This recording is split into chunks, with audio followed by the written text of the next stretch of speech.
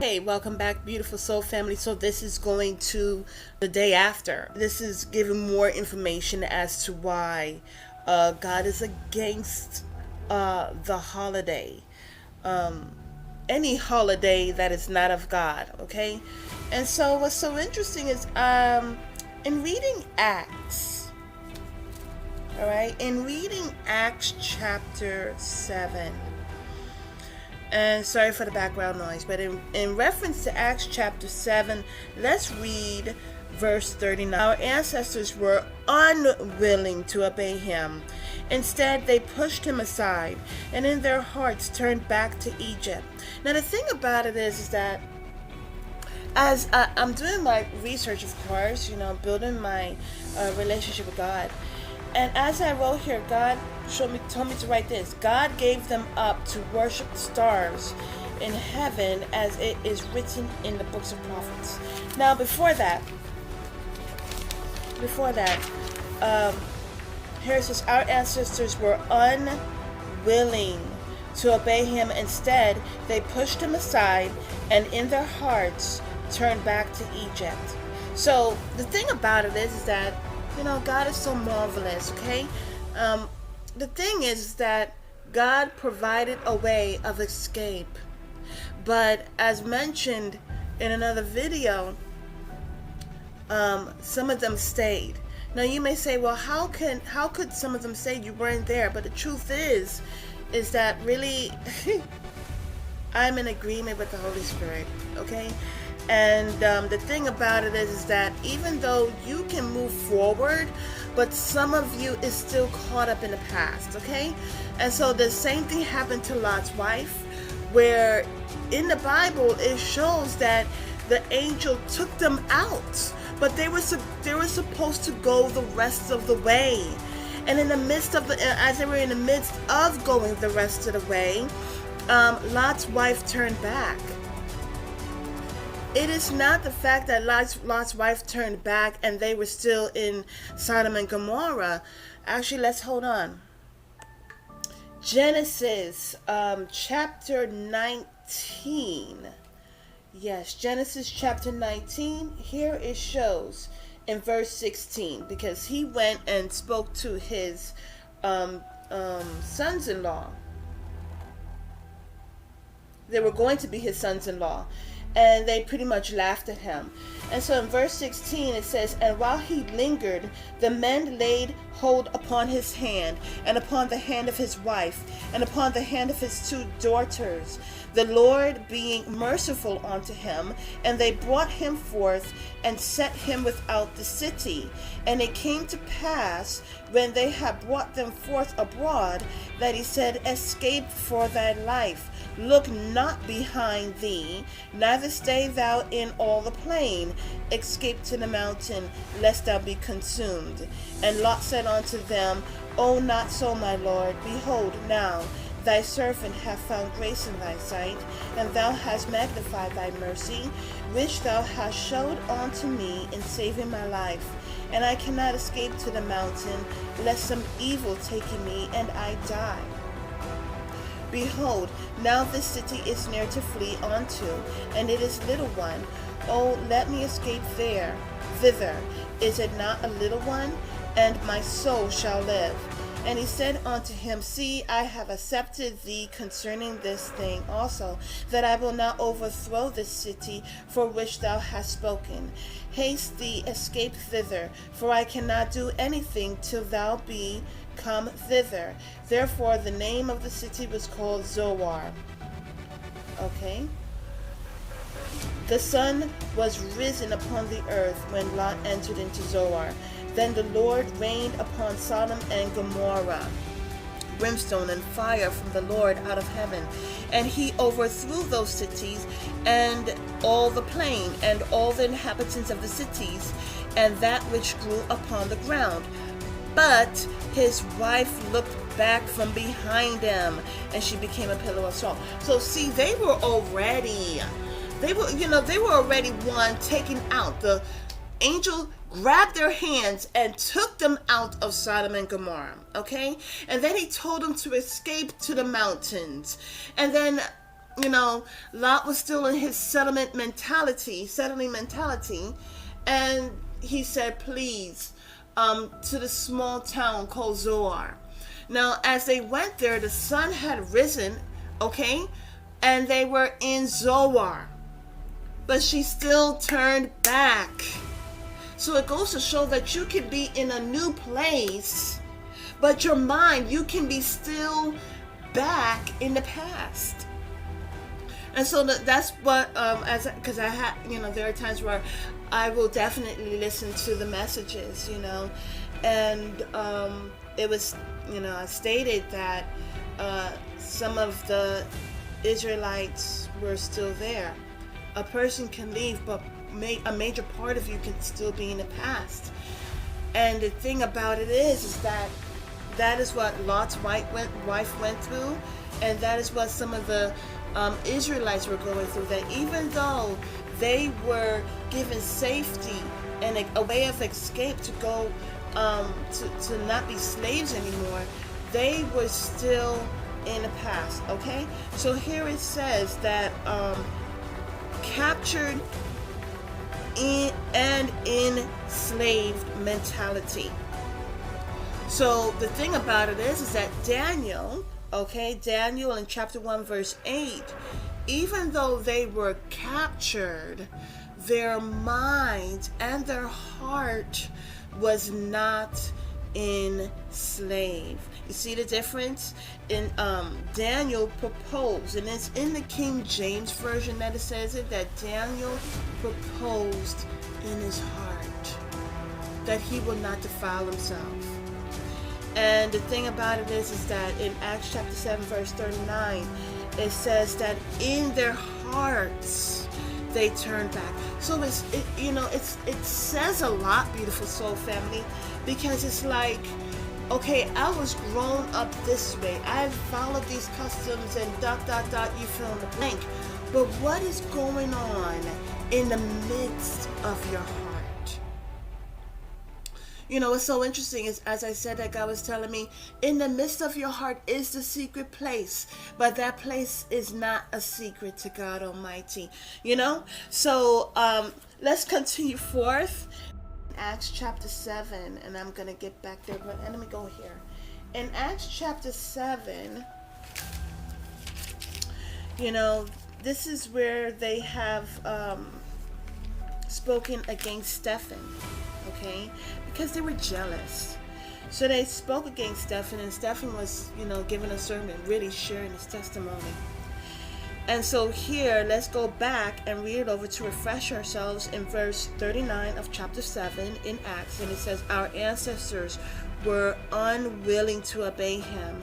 Instead, they pushed him aside and in their hearts turned back to Egypt. Now, the thing about it is that how could they push Moses aside when he was up the mountain, right? So it just shows how, we can push things aside on the spiritual plane and accept things on the spiritual plane in our hearts, okay? And it says, in their hearts turned back to Egypt. They were out of Egypt, but in their hearts, they longed for Egypt, okay? They told Aaron, make us gods who will go before us. As for this Moses who brought us out of the land of Egypt, we don't know what's happened to him. Now, what's so interesting is that as I was reading that, I was seeing a wilderness. And the thing about the next wilderness is that you will not be worshiping Christmas.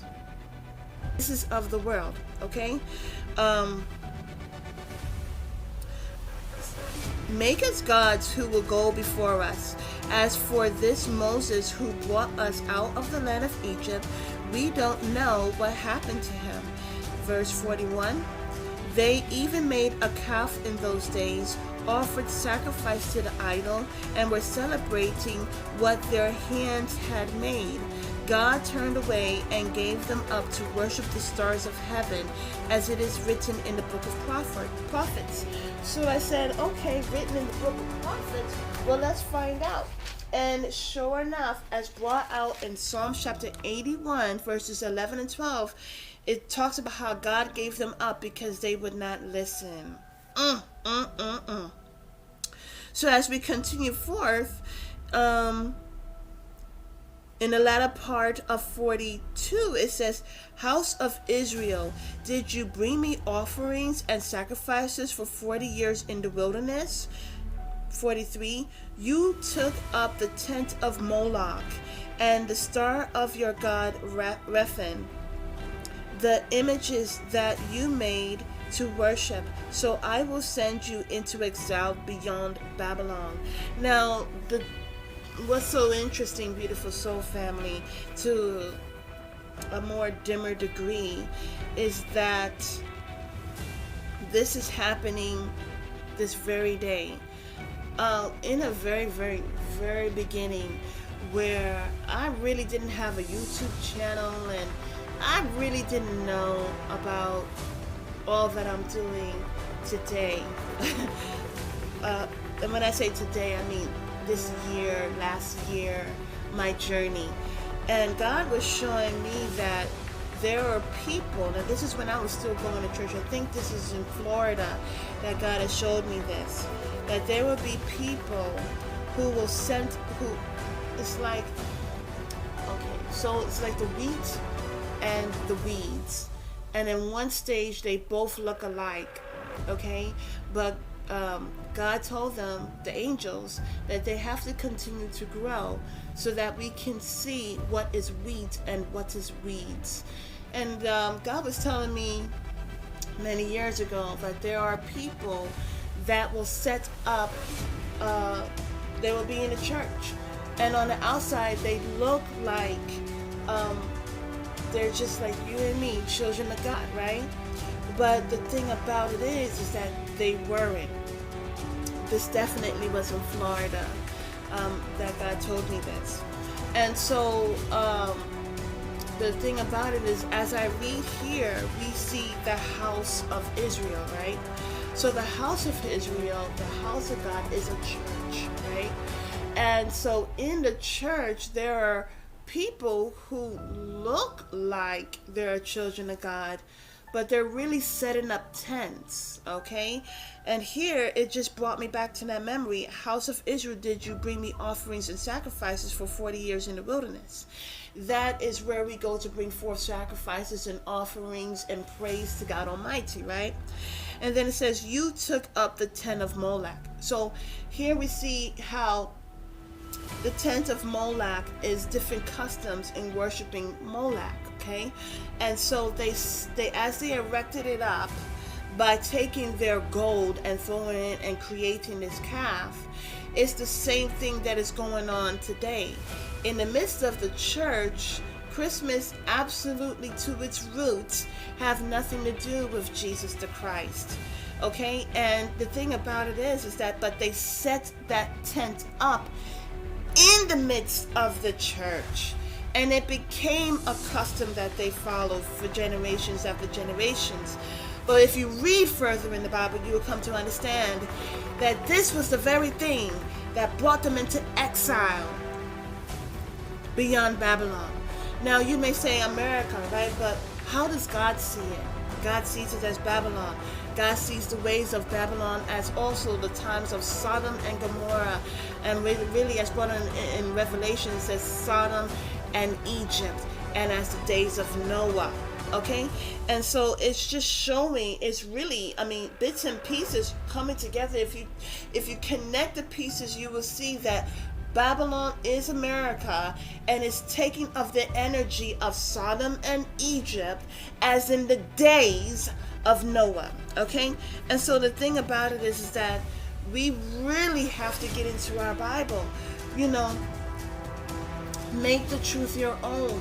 Pray for the Holy Spirit. And God doesn't have to wait for you to go on Saturdays or Sundays or Wednesdays or Thursdays or in a building.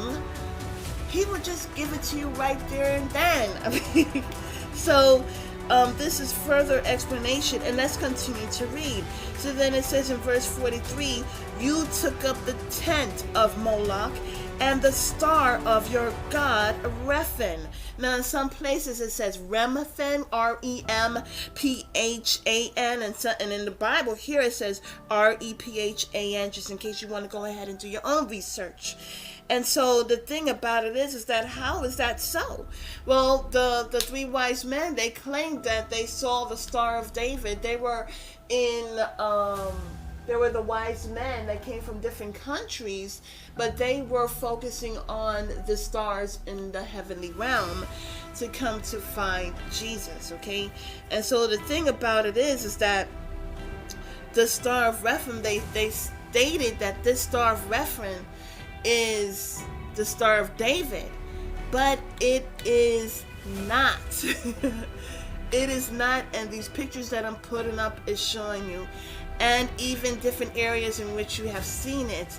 And so it's just really so interesting. All of this is in the Bible, beautiful soul family. All of this is in the Bible. And you know, the thing about it is that God said that my people perish for what? My people perish for the lack of knowledge. Okay? Because God wants his children to live and be strong and vibrant, especially as we are ambassadors, especially as we reflect God, image and likeness, right?